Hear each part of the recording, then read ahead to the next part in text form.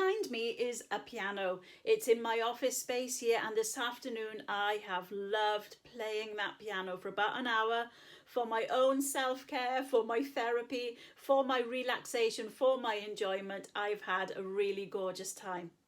When I was an 8-year-old girl, my mum decided to take me for piano lessons. That's not in itself out of the ordinary. A lot of us didn't we? We were taken along whether we wanted to or not. The unusual thing in my case is that I've only got one hand. So I go to this lovely piano teacher, Miss Jenny Sims, and my mum says, can you teach my daughter to play the piano? Oh, and by the way, she's got one hand. She was completely unfazed by that, and she took me on. I did some exams up to grade 4, and Miss Sims was absolutely wonderful.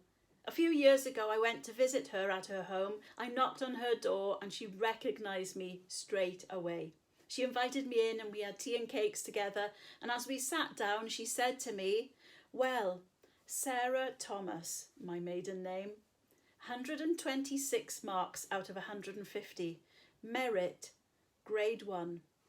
I said, Miss Sims, how do you remember that?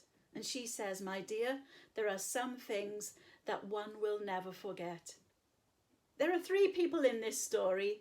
Miss Sims, the wonderfully courageous and encouraging piano teacher who believed it was possible. The brave mum who, against all of the odds, against all of the whispers in her ear, took me along and took that huge step of faith. And then there was little me that went along with it and fell in love with music.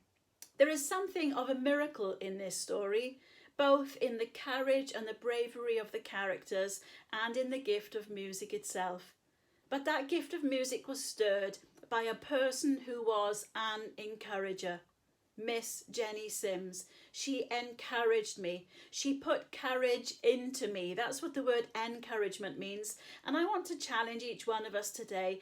Are we encouragers? Are we actively pursuing the encouragement of other people in our world, whether it's children or youngsters, people around us, people that are learning from us, that we are training in our workplace? It could be anywhere. Are you an encourager? Because do you know what?